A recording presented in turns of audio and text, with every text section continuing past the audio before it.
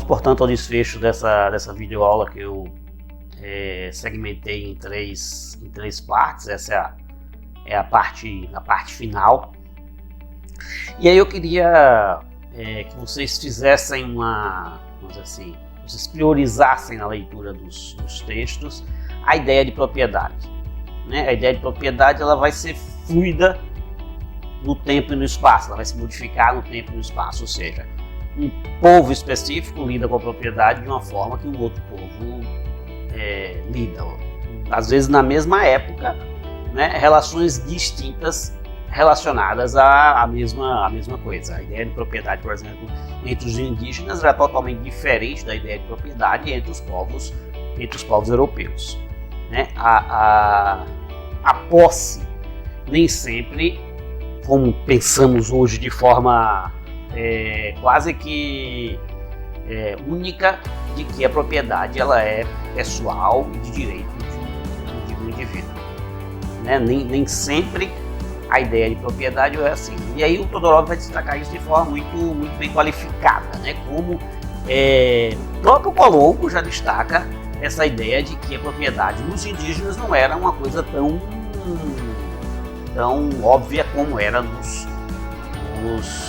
nas tribos europeias. E aí eu quero demonstrar essa fluidez lendo um trecho da página 54 para vocês. Vou detalhar o texto aí na tela. Mas ele vai dizer: não pude saber se possuem, isso Colombo, ele destaca entre aspas a frase do Colombo, não pude saber se possuem bens privados, mas tive a impressão de que todos tinham direitos sobre o que cada um possuía, especialmente no que se refere aos viveres. Colombo escreve isso entre fevereiro e março de 1493. Já o impressiona que as populações indígenas não faziam a posse dos seus alimentos, né, daquilo que era utilizado para a vida. E isso era compartilhado por toda a sociedade, pelo menos até então por todas as sociedades que ele tinha encontrado. Né?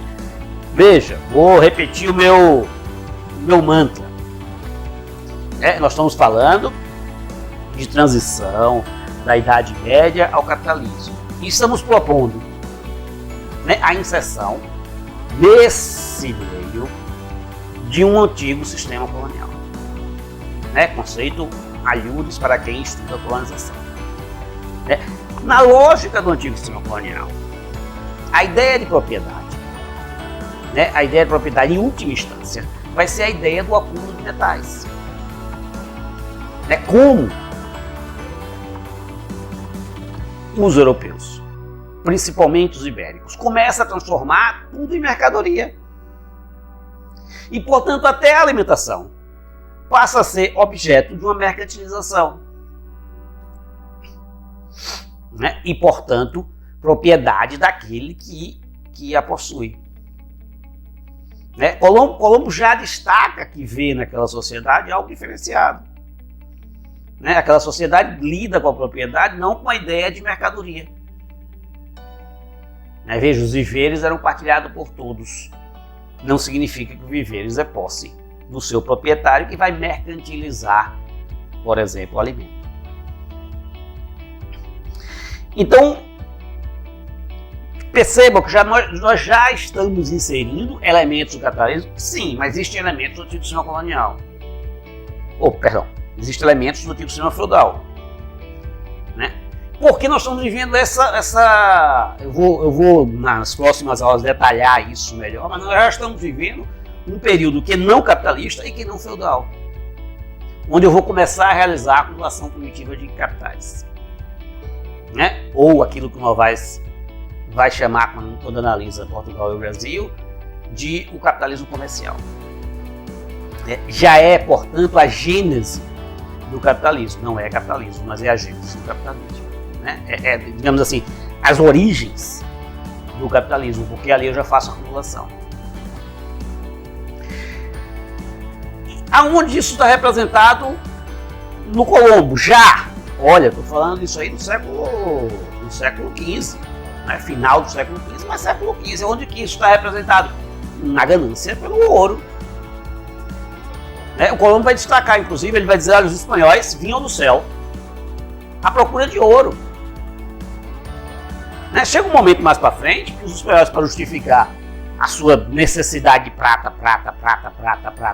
que os incas não entendiam, eles vão dizer, não, é que nós usamos a prata para fazer remédio na Europa.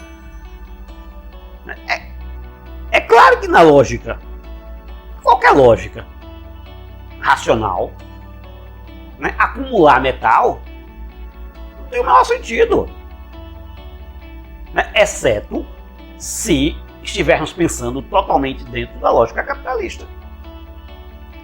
Para que diabos eu vou ter a caixa forte do tio Patinhas cheia de ouro, para nadar no ouro? Eu nem sei se existem mais tio Patinhas na lógica de vocês. Talvez eu esteja com problema de tempo e espaço. Eu via tio Patinhas na minha infância. Isso deve ser quase pré-história, no caso de vocês.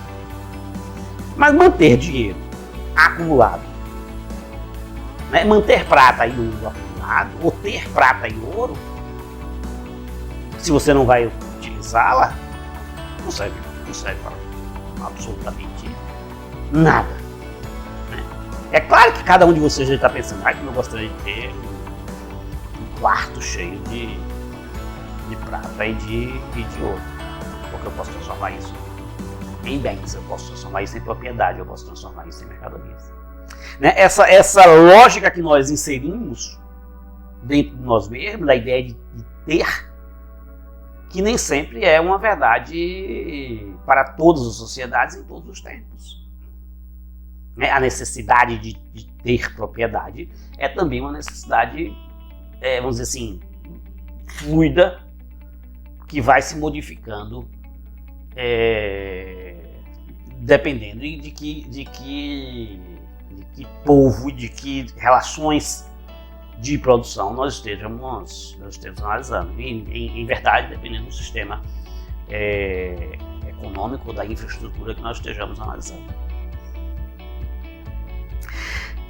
E essa acumulação primitiva de capital, ela vai ser a tônica principal, mas ela vai vir associada a uma outra coisa, par e passo a ela, que nós já vínhamos tratando aqui. Você acumula o capital associado à expansão da fé, associado à expansão do cristianismo. O cristianismo, herança feudal,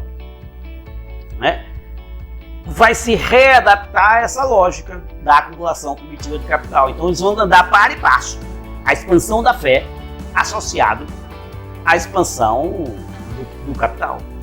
A acumulação do capital, a acumulação de metais.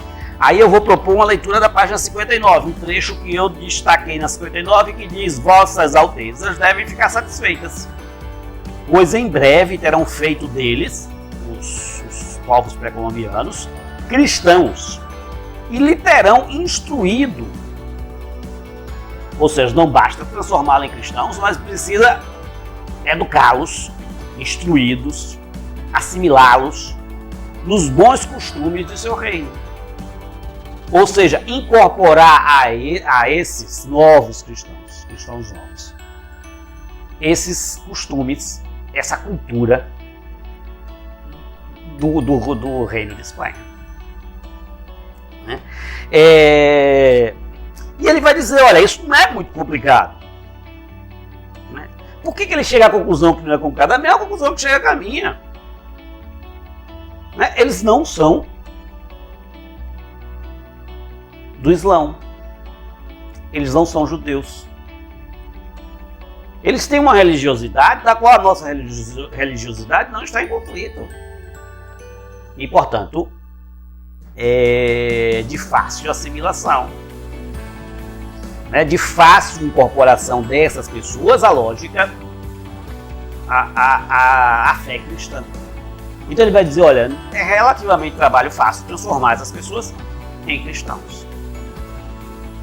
E essa vai ser a tônica geral, do antigo sistema colonial.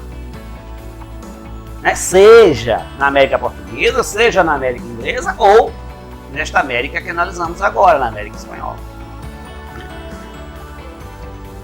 Claro, já falei para vocês, incluindo no nosso encontro síncrono. Isso vai modificar dependendo da sociedade que eu encontro, onde eu encontro e o que é que eu preciso implantar para colonizar, para ocupar, para povoar e para explorar. Mas, em linhas gerais, na lógica geral do antigo sistema colonial, isso vai se reproduzir em todos os espaços. Quer seja, o que é que eu estou destacando como lógica geral? Colonizar. Significa explorar. Eu colonizo para explorar. Associado a isso, eu vou expandir o Império Cristão. Porque a expansão do Império Cristão é a expansão do próprio rei de Espanha. Neste caso específico, do próprio rei de Espanha. E aí, para concluir, eu vou ler o que ele destaca na página 61, o Todorov. Seja como for, sabemos atualmente que a expansão espiritual está indissoluvelmente ligada à conquista material. É necessário dinheiro para fazer as cruzadas. E surge aí a primeira falha num programa que implicava a igualdade dos parceiros, A conquista material e tudo o que ela implica será, ao mesmo tempo, resultado e condição da expansão espiritual.